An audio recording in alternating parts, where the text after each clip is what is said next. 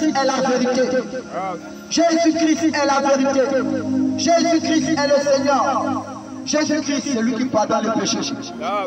Jésus, c'est lui qui pardonne le péché. C'est Jésus qui change l'histoire. C'est Jésus qui est le cœur de la création. C'est Jésus qui a créé tout ce que nous voyons. C'est Jésus-Christ qui est la parole faite chair. C'est Jésus-Christ qui est le roi des rois. C'est Jésus-Christ qui est le Seigneur des seigneurs. Si les hommes politiques de ce monde sont en train de préparer la venue d'un Christ, nous les chrétiens, nous sommes en train de préparer, c'est la venue de notre Sauveur, de notre Maître. Et son nom c'est Jésus-Christ. Si le roi de ce monde prépare la venue d'un homme qu'on appelle l'Antéchrist, l'homme qui viendra imposer la marque de la paix, tu veux travailler, tu es obligé de prendre la marque de la paix.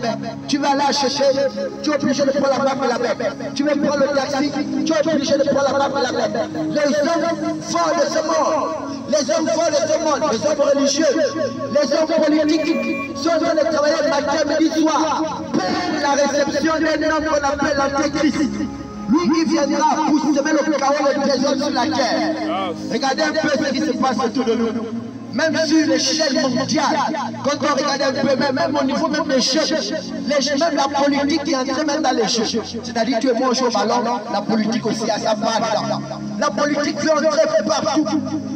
Et la politique est gérée par l'esprit de la puissance de l'air, la personne de Satan.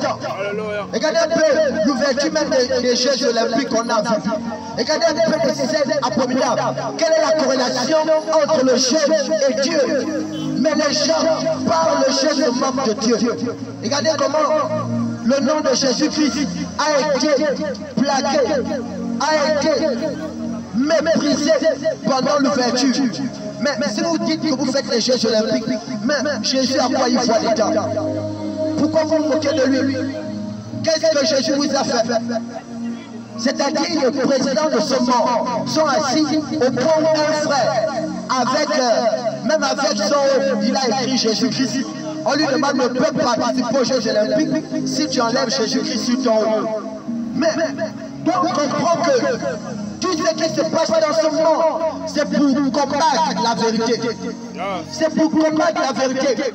Pour l'émergence du mensonge, du fils de la perdition. C'est pour ça, mes frères et sœurs, de grâce, sauvez-vous de cette génération perverse. Le monde que vous voyez là, chaque jour, les puissances de l'air travaillent matin et soir pour maintenir le peuple dans le mensonge, pour maintenir le peuple dans l'ignorance, pour maintenir le peuple dans la dégradation. Jésus-Christ revient bientôt. Le Dieu véritable, la vie éternelle revient bientôt. Et cela doit être crié dans chacun de vous. En sorte que les familles se préparent à la rencontre du Seigneur. En sorte que les testimonies se préparent à la rencontre du Seigneur. En sorte que les jeunes se préparent à la rencontre du Seigneur. En sorte que les musulmans se préparent à la rencontre du Seigneur. Trop c'est trop, on nous a longtemps trop menti. On nous a longtemps trop menti. La vérité, c'est Jésus-Christ de Nazareth. Croyons au Seigneur Jésus-Christ et nous sommes en sécurité. Et nous avons la vie éternelle.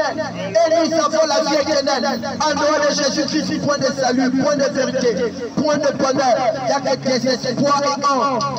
C'est pour cela croyez au Seigneur Jésus-Christ, mes frères. Croyez au Seigneur Jésus-Christ, ma soeur. Crois au Seigneur, sans Jésus, nous ne sommes rien.